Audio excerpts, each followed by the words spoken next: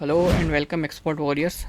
आज का जो हमारा वीडियो सेशन होने वाला है वो मॉड्यूल 2 से लिया गया है, setting of our expert business and legal structure के बारे में।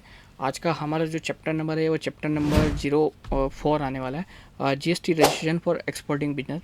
हम जीएसटी को जो रजिस्टर कराते हैं एक्सपोर्टिंग बिजनेस के लिए उसके बारे में आने वाला है। ओके, तो मैं आपको डायरेक्ट मेरी मेन स्क्रीन पे लेके चलता हूँ। मैं आपको वहीं समझाता हूँ जीएसटी के बारे में क्या है, लेकिन उससे पहले मैं आपको एक चीज़ समझा देता हूँ। GST good and service tax India में लेना मैंडेटरी नहीं है कंपल्सरी बिजनेसेस के लिए। उन बिजनेसेस के लिए जिसका सालाना टर्नओवर या जिनकी सेल 40 लाख से ज़्यादा नहीं है, वो बिज़नेस अगर अपने आप को जीएसटी रजिस्ट्रेशन नहीं भी कराना चाहते हैं तो कर सकते हैं। विदाउट जीएसटी भी अपना बिजनेस चला सकते हैं एज अ सोल प्रोप्राइटरशिप, ठीक है। लेकिन ये वो बिजनेस एक्सपोर्ट या इंपोर्ट फील्ड के कैटेगरी के अंदर काम करते हैं, उसके लिए 40 लाख का जो प्रिस्क्राइब का लिमिट है वो मैंडेटरी नहीं है। अगर आपको इंपोर्ट एक्सपोर्ट कोड लेना है तो आपको जीएसटी डेफिनेटली मैंडेटरी रजिस्ट्रेशन कराना ही पड़ेगा अपने आप को। अगर आपका टर्नओवर 40 लाख प्लस नहीं भी है तो भी आपको इंपोर्ट एक्सपोर्ट के लिए जीएसटी लेना कंपलसरी और मैंडेटरी है, ठीक है। अब आगे की बात हम हमारी स्क्रीन पे करते हैं। जीएसटी से पहले वेट चलता था, वैल्यू एडेड टैक्स, लेकिन वैल्यू एडेड टैक्स अभी भी अगर गवर्नमेंट के जो कुछ प्रोडक्ट्स हैं पेट्रोलियम प्रोडक्ट्स उसमें चलता है, लेकिन जीएसटी मोस्ट ऑफ जीएसटी ही चलता है। Goods and service tax India में लगाया जाने वाला ये इनडायरेक्ट टैक्स होता है जो गुड कंज्यूमर के ऊपर लगता है। जो एंड ऑफ कंज्यूमर होता है उसको ये गुड एंड सर्विस टैक्स पे करना होता है। चाहे आप हो चाहे मैं हूँ, जब भी हम कोई मार्केट से कोई चीज़ परचेस करते हैं तो हमें ये टैक्स को पे करना पड़ता है। ये इनडायरेक्ट टैक्स है, हमें पता भी नहीं पड़ता, लेकिन हमारे जेब से ले लिया जाता है। Okay, goods and service tax. अब एक्सपोर्ट के लिए मैं आपसे बात करूँ तो जीएसटी जो देती है इंडिया के अंदर वो जीएसटी डिपार्टमेंट है गवर्नमेंट के, ठीक है ना। जीएसटी डिपार्टमेंट हर छोटे मोटे बड़े बिजनेस को ये रजिस्ट्रेशन लेना मैंडेटरी होता है। डोमेस्टिक लेवल पे 40 लाख प्लस वालों को, और इंपोर्ट एक्सपोर्ट के लेवल के लिए आपका टर्नओवर मैटर नहीं करता, आपको लेना ही पड़ेगा। ओके, देने वाली फर्म है good and service tax. GST का अपना पोर्टल है, वहाँ जाके आप अपने आप को लॉगिन कर सकते हैं, अपना अकाउंट क्रिएट कर सकते हैं। कुछ बेसिक डॉक्यूमेंट्स आपसे डिमांड किए जाएंगे आपका जीएसटी सर्टिफिकेट के लिए। उसमें जो सबसे पहला आता है आपका पैन कार्ड,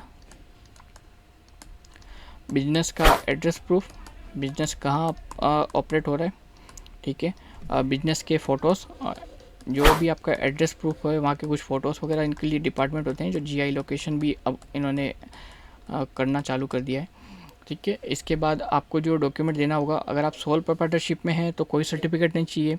अगर आप पार्टनरशिप में हैं या एलएलपी में हैं तो आपको रजिस्ट्रेशन सर्टिफिकेट, और कंपनी में है तो सीओआई देना पड़ेगा।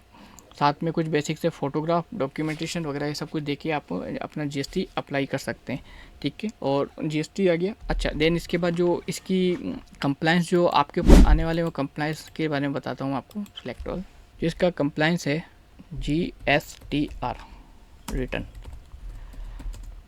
एज अ एक्सपोर्टर आपको है ना जीएसटी के रिटर्न पे करने पड़ेंगे,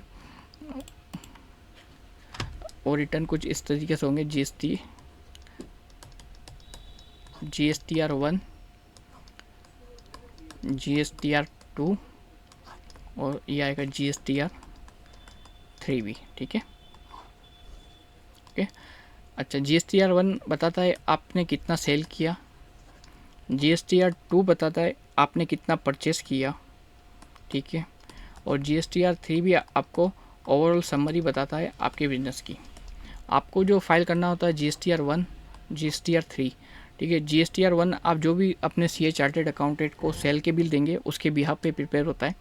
जीएसटीआर बिल परचेस जो सेल आगे वाले ने आपको किए तो उसके लिए वो जीएसटीआर 1 बनता है, लेकिन आपके लिए जीएसटीआर 2 होता है। डायरेक्ट पोर्टल में ऑटोमेटिक शो होता है। आप अपने बिजनेस से इसके गवर्नमेंट के जीएसटीआर 2 को टैली करके क्रॉस वेरीफाई कर सकते हैं, और जीएसटीआर 3 भी नॉर्मली बन जाता है इजीली जीएसटीआर 1 जीएसटीआर 2 की हेल्प से।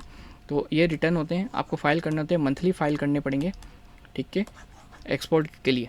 ये GSTR return, all about of for GSTR return. Then अब एक चीज़ एक और जो इसके अंदर आती है वो आती है एलयूटी स्कीम, ठीक है। अब ये एलयूटी स्कीम क्या है मैं आपको बताता हूँ। एलयूटी, इसका फुल फॉर्म होता है लेटर ऑफ अंडरटेकिंग। ओके, घबराइएगा, मेरी राइटिंग ख़राब है लेकिन नोट्स में आपको प्रॉपर तरीके से मिल जाएगा।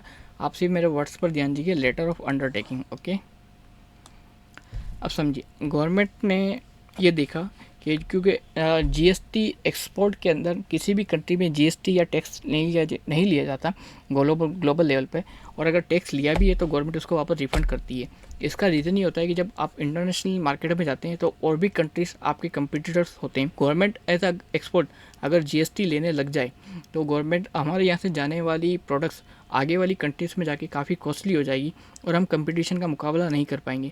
इसलिए हमारे यहाँ पर भी एक्सपोर्ट को जीएसटी फ्री रखा गया है, और बहुत सारी कंट्रीज़ और मोस्ट ऑफ कंट्री ने एक्सपोर्ट के अंदर कोई टैक्सेशन नहीं लिया जाता।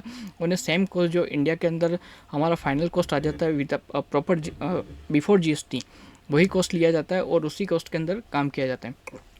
तो अब लेटर ऑफ अंडरटेकिंग लाने का मतलब ये था कि जब हम एक्सपोर्ट करते हैं तो हमें एक भारी अमाउंट पहले जीएसटी डिपार्टमेंट को देना पड़ता है, ठीक है। देने के बाद हम एक्सपोर्ट कर सकते हैं। तो प्रॉब्लम ये आ रही थी कि जो बहुत बड़ा अमाउंट हम डिपार्टमेंट को देते उससे हमारे का जो मर्चेंट एक्सपोर्टर है उसको काफ़ी नुकसान होता, एक लंबा प्रोसेस साइकिल और हमारा एक लंबा पैसा टैक्स गवर्नमेंट के जीएसटी कलेक्शन डिपार्टमेंट के पास पड़ा रहता। वो आफ्टर 40 दिन 45 दिन हमारी एप्लीकेशन के सबमिट होने के बाद स्क्रूटनी होने के बाद वो हमारा पैसा रिफंड आता। तो हमारे वर्किंग कैपिटल और कैश फ्लो में काफ़ी दिक्कत आ रहा था।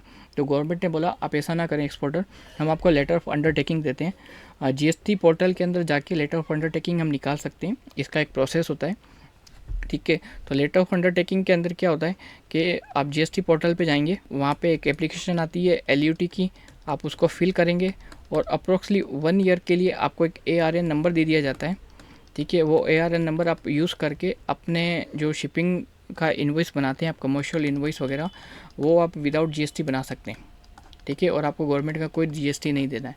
और अगर आप चाहते हैं कि LUT स्कीम नहीं चाहिए तो जो एक नॉर्मल प्रोसीजर होता है, आप जीएसटी पे करिए पहले गवर्नमेंट को, फिर आप वापस एक्सपोर्ट के लिए क्लेम करिए, एक्सपोर्ट जीएसटी क्लेम करेंगे और देन फिर वो आपके अकाउंट में वापस रिफंड शो करेगा, ठीक है। तो ये all about letter of undertaking है। आपके लिए इसमें जो एडवाइस है वो एडवाइस ये है कि अगर आपका शिपमेंट काफ़ी बड़ी वैल्यू का है जिसमें आपको 5 लाख 10 लाख 15 लाख तक की जीएसटी पे करनी है, तो आप LUT लीजिए, अपने CA से बात करिए, वो आपको LUT के बारे में सब बताएंगे, समझाएंगे, आपके लिए LUT निकालें। क्योंकि 10-15 लाख जीएसटी में देना और वापस क्लेम लेना 45 दिन 60 दिन बाद हमारे वर्किंग कैपिटल और कैश फ्लो को बहुत अफेक्ट करता है। तो this is all about GST। अब मैं आपको ना नोट से भी समझा देता हूँ आज का chapter. Why GST needed, legal requirements मैंने आपको बता दिया, types of export under GST, आप GST में 2 टाइप्स से एक्सपोर्ट कर सकते हैं, GST रजिस्ट्रेशन का मैंने आपको बता दिया, लेटर ऑफ अंडरटेकिंग के बारे में मैंने आपको सारा सब कुछ बता दिया, ठीक है। आप नोट्स एक बार और रीड आउट करेंगे और GST रिटर्न को फिल करना भी मैंने आपको बता दिया।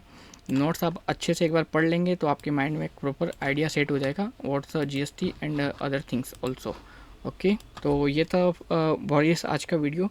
कुछ नहीं समझ में आए तो कम्युनिटी सेक्शन में आके मेरे से आप बात कर सकते हैं, वहाँ इस चीज़ों को आप देख पाएंगे, ओके।